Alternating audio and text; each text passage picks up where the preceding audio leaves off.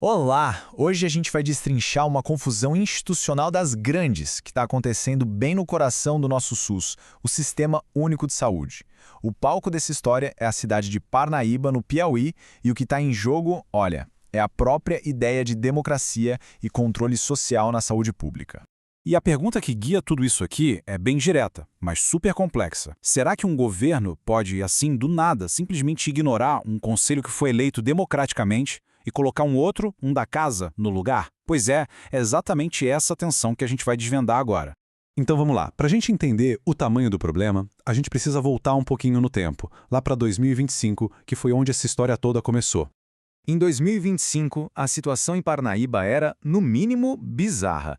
Existiam dois grupos se dizendo Conselho Municipal de Saúde. De um lado, você tinha o Conselho Legítimo, que nasceu de uma eleição, sabe? Representando de verdade a sociedade. Do outro lado, um Conselho Paralelo, que foi simplesmente instalado pela Prefeitura. E o que aconteceu? O legítimo foi jogado para escanteio, enquanto esse outro, sem nenhuma base legal, começou a tomar decisões como se fosse o oficial. A linha do tempo aqui não deixa mentir. Durante o ano de 2025 inteiro, foi esse conselho paralelo que operou. Só que aí em 2026, a gestão municipal foi obrigada a voltar atrás e reconheceu o óbvio, que o único conselho válido era aquele que veio das eleições. E é exatamente aqui que o novo problema começa. Agora que o conselho legítimo está de volta ao seu lugar de direito, começou a surgir uma pressão, sabe? Uma pressão para ele simplesmente validar, dar um carimbo de ok em tudo que aquele conselho paralelo decidiu no ano anterior. E é aí que mora um perigo gigantesco.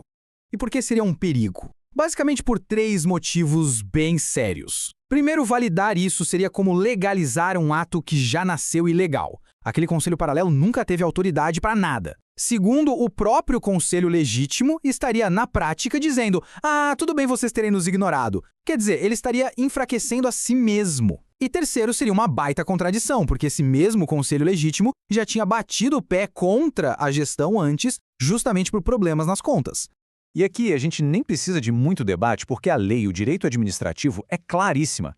Atos que são praticados por uma autoridade que não tem competência para isso são considerados nulos. E o que isso quer dizer? Quer dizer que eles nunca existiram legalmente. Não tem o que validar. O que é nulo, ponto final. Agora, vamos dar um passo para trás e olhar a foto inteira, porque essa história deixa de ser só um problema de Parnaíba e vira uma ameaça, uma sombra para o Brasil todo. Pensa bem no efeito cascata disso.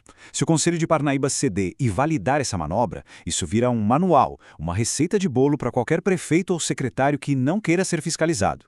Não gostou do que o seu Conselho de Saúde decidiu? Sem problemas. É só criar um outro, um chapa branca que concorde com tudo. E essa frase, nossa, ela resume a ópera inteira com perfeição. Uma coisa é ter a sociedade civil participando, fiscalizando, decidindo junto. Isso é controle social de verdade. Outra coisa bem diferente é montar um teatrinho, uma fachada, só para fingir que essa participação existe. É a diferença crucial entre ter uma democracia e só ter a aparência de uma. Então, com tudo isso na mesa, o Conselho Municipal de Saúde de Parnaíba está nesse exato momento numa encruzilhada histórica. São dois caminhos possíveis e cada um leva a um futuro completamente diferente. De um lado, tem o caminho da acomodação. É o caminho de validar os atos ilegais, o que, no fim das contas, enfraquece a própria autoridade do Conselho e abre essa porteira perigosa para o resto do Brasil. Do outro, tem o caminho da autonomia. O caminho de se manter firme, defender os princípios democráticos, reafirmar o seu papel e, com isso, proteger a integridade não só do Conselho de Parnaíba, mas do SUS como um todo. Então, qual seria a atitude correta, a mais responsável? Olha, é bem direta. Primeiro, não reconhecer absolutamente nada do que aquele colegiado irregular fez.